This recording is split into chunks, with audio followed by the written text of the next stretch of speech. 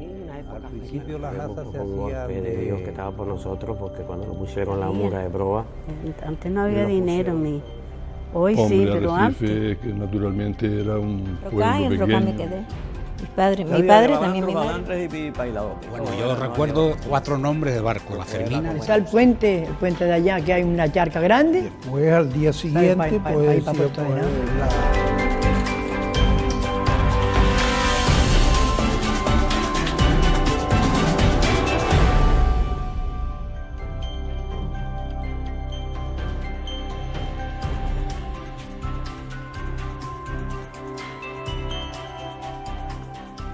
César Manrique pinta este mural en el Parador de Turismo, como homenaje a las gentes de la mar de su isla, Lanzarote. El pintor, nacido a la orilla del charco de San Ginés, forma parte de una generación que conoce el despertar y la hibernación de la pesquería canaria. La mar, una esclavitud, comiendo gozo y pescado, como las había. Periodo en el que Arrecife, con Puerto de Naos al frente, se constituye en base de una importante flota, cuyo campo de operaciones se encuentra en el Banco Pesquero Canario Sahariano. Es una zona privilegiada digamos, en la parte africana, de la costa africana, porque se produce ahí un fenómeno muy importante y da lugar, ese fenómeno se le conoce, los biólogos lo conocemos como afloramiento. Ese afloramiento lo que genera una gran riqueza en especies y en abundancia. La pesca en la isla de Lanzarote, al igual que en el resto de Canarias, se constata como una actividad practicada desde época aborigen. Se puede hablar del sistema de pesca así muy vinculado a la cultura aborigen, que es el embrosque o embarbascar. Consiste en acotar con muros de piedra o bien material vegetal, aulagas o salado, una costa que ya de por sí tiene condiciones orográficas propias para hacer un cercado, y una vez delimitada se vierte en el interior, en el agua, higuerilla, una sustancia lechosa de un aeonium que crece de forma natural en la isla, y eso produce un efecto de adormecer a los peces, pues se recogía con cestas o con telas. Prácticas ancestrales que conviven con otras importadas de Europa, después de que las Islas Canarias fueran conquistadas y anexionadas al orbe hispano. Así la pesca se convierte para la población en una actividad económica más, que comporta sus propios riesgos, especialmente los derivados de los peligros piráticos que acechan a la marinería. El estado de indefensión es tal que en Canarias durante siglos solo se practica el marisqueo y la pesca del litoral. Nosotros íbamos todos los años, 2 o 3 meses, 3 o 4 meses para allí, para el mariscaero. Allí no había casa, sino una yosita. Allí estábamos todos los 3 meses que estábamos. Las reliquias históricas sobreviven frente a las embestidas de la era moderna. Así, a modo de pervivencia, encontramos las herencias de las marcas, encrucijadas descubiertas por los pescadores, donde se localizan bancos de peces. La marca es un triángulo.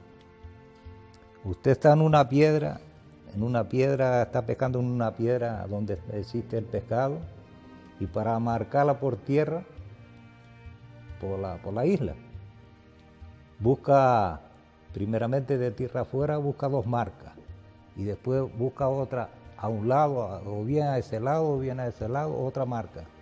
Y cuando están casadas las 3 marcas, está usted en el pesquero. La situación cambia radicalmente a finales del siglo XVIII, por la iniciativa de un palmero, Salvador Santiago Brito, quien, según Agustín Álvarez Rizo, se traslada a Lanzarote para iniciar la aventura de las pesquerías africanas. Yo creo que le llaman palmera porque la mar de aquí, de Cabo Blanco, la descubrió un barco palmero. Y yo creo que como el patrón era palmero y los hijos del patrón, que eran los que llevaban el barco, y en La Palma trajeron las cajas y por eso le llaman caja palmera, creo yo que sea. Cuando la piratería berberisca mengua, Arrecife, que había sido refugio natural durante siglos, se propone como el trampolín perfecto para faenar en Cabo Blanco y las canteras de su entorno. Sí, la palabra arrecife, según la mayoría de los especialistas en estos temas, viene sencillamente de los arrecifes, de un arrecife. Pero mi opinión personal difiere mucho de eso y yo opino que viene de calzada empedrada, que también tuvo esa sección o significado la palabra arrecife en tiempos pasados. Entonces, basándome en eso, yo pienso que hubo alguna calzada ahí en el puertito del viejo puerto del Arrecife que le dio nombre a eso. Esa es mi opinión. Pues Arrecife parece desde la primera obra que tenemos con la conquista de Canarias. Es decir, ya se tiene en cuenta desde la propia conquista a Arrecife. Es decir, tiene una especial importancia la consideración de la zona este como la zona de mejores costas para los saltos a tierra, mientras que la zona oeste es muy inhóspita, menos apropiada para el desembarco. Así que una de las zonas este que tiene una mayor importancia por su configuración natural va a ser Arrecife. Esa configuración es lo que va a determinar su historia. Lanzarote, al igual que Gran Canaria, Tenerife o La Palma, se entrega a un nuevo y beneficioso negocio que tiene múltiples derivados, siendo el primero de ellos el que afecta a la construcción y reparación de veleros. Cuando se hacía un barco partiendo de cero, con el sistema playero, no era con la técnica, pero merecía todos los respetos, resulta que hacían la cuaderna maestra a gusto, porque se supone que ya tenían conocimiento, aunque no tuvieran los conocimientos de la técnica, pero sabía cómo era un barco, ¿no? Le hacían la plantilla de la cuaderna maestra, hacían la roda y el codaste, y su quilla, como es natural, quilla, roda y codaste, y la cuaderna maestra en el centro. Después resulta que le ponían unas almaderas por fuera, y después iban haciendo con vergas aceradas y le iban corrigiendo, después iban haciendo una cuaderna, la iban montando y siempre con juncos iban haciendo esta rectificación. Pues, eso era un trabajo de chinos, ¿no? Y les quedaban muy buenos barcos.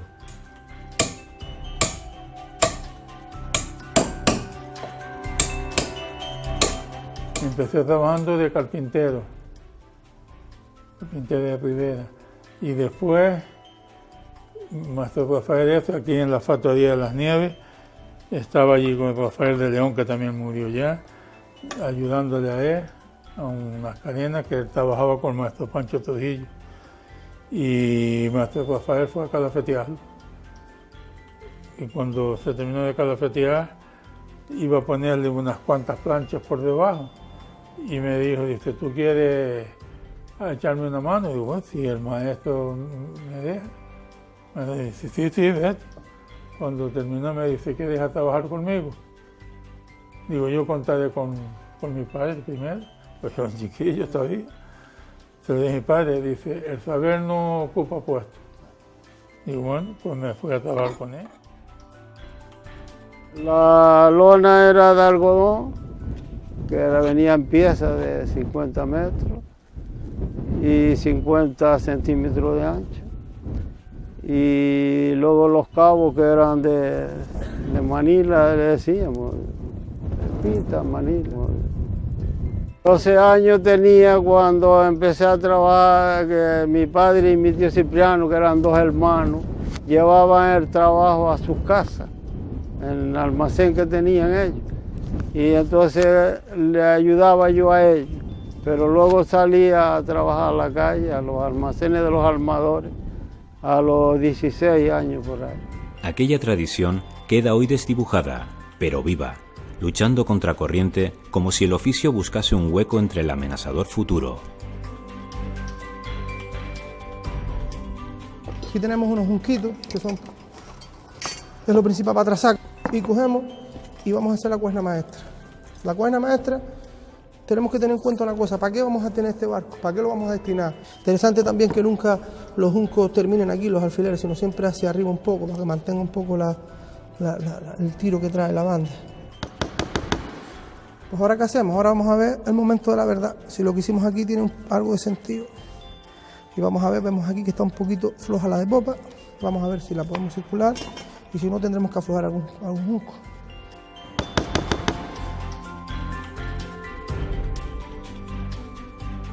Lo que nos faltaría sería marcar lo que eran las tablas de la maqueta.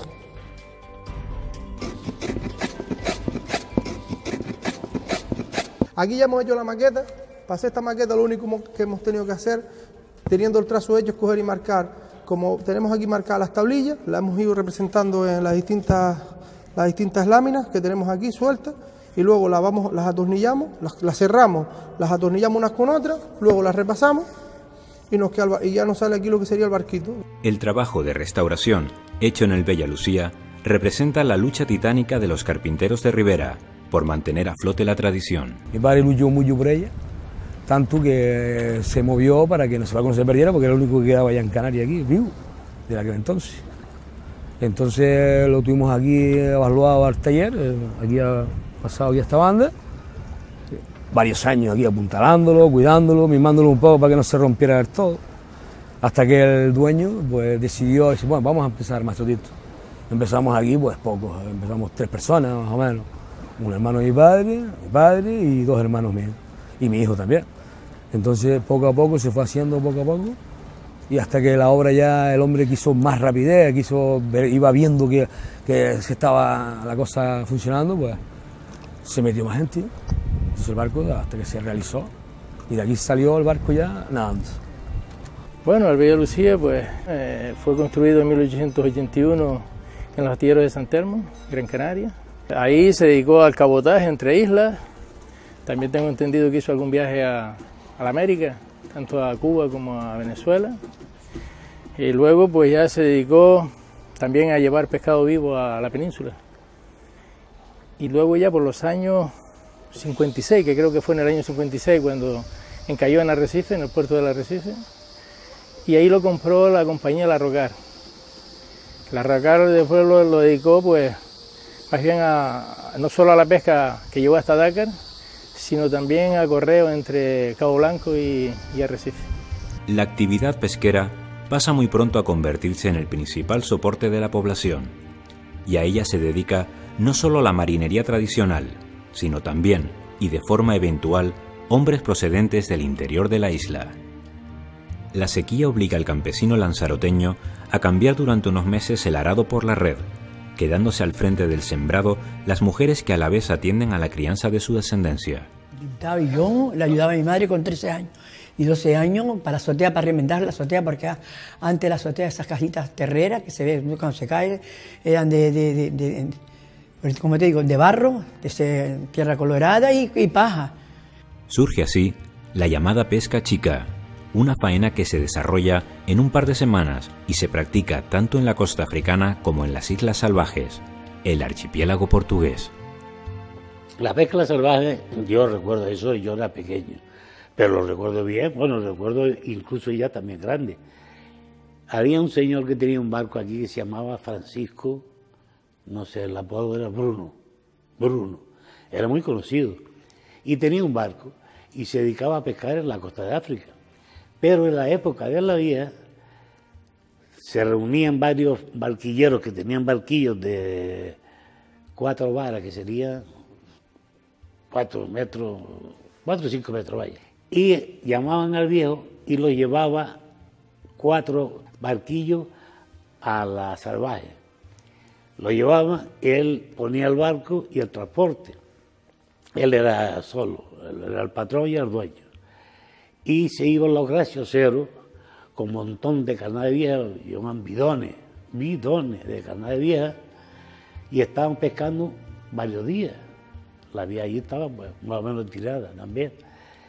Y entonces secaban el pescado o lo traían salado en pilla, arrumado, trabajado ya, y después lo secaban allí o aquí. Las artes comúnmente utilizadas por estos pescadores artesanales son la liña y la nasa, pero además resulta muy frecuente observar en las costas de nuestro entorno la población de hombres y mujeres calando el chinchorro, una técnica extremadamente depredadora que estaba muy arraigada por entonces entre los pescadores canarios. Y íbamos bogando cuando nos cuadraba. Si nos cuadraba íbamos a la vela, con una velita para abajo, con 2 barquillos. Y cuando nos cuadraba íbamos jugando con los remos. Y nos íbamos a playa abajo, a Papagayo. Allí calábamos. Calábamos a jureles, calábamos a chicharros, calábamos a lo que hubiera, a sardinas, lo que hubiera. Cargábamos los barcos y veníamos para arriba, navegando. La pesquería experimenta su natural evolución, consolidándose como sector económico de primer orden, ofreciendo prosperidad a la isla y dando forma a un determinado modelo de sociedad. No se ganaba dinero, y sí se ganaba un duro, pero ¿sabes lo que pasa? Que si el armador, si cogía pescado, pagaba, y si no, tenemos que esperar a ver cuándo pagaba. Esa fue la que yo me iba de marcharme para el muelle. Mi abuela y Antonio Márquez, que eran los armadores fuertes de aquí, como consecuencia de un problema laboral en el tiempo de la República, parece que le exigían a mi abuela y a Antonio Márquez unas condiciones que ellos no estaban dispuestos a tolerar, y entonces rompieron la huelga. Cuando eso era cuando las casas del pueblo. Entonces mi abuela no siguió la huelga y sacó los barcos a la mar. Entonces, como consecuencia de eso, detienen a Antonio Márquez, la llevan a la cárcel, y a mi abuela, que estaba muy enferma, la detienen en el hospital. Mi abuela murió en el hospital. Que cogían y adelantado para arreglar la ropa y comprarle ropas nuevas y dejar un poco para la casa, por lo menos para el pan, pues después también lo tenía también fiado, como le decíamos, fiado. Y cuando venía, cuando mandaba o cobraba, mi padre siempre se zafaba, hablando así como es, por mes y medio, y nosotros no podíamos cobrar la quincena de 15 días hasta los 2 meses. Los maestros carpinteros sí era un oficio que se ganaba bien. Lo que pasa es eso de que eso no se trabajaba sino la mitad del tiempo. Antes la mitad de la gente no aseguraba a los marineros, los armadores. Yo le digo una cosa, fue para mí una época feliz, porque por lo menos teníamos la comida y a mi madre siempre le sobraba, la pobre, una peseta para el día siguiente. Ni mis hermanos pasaban necesidad.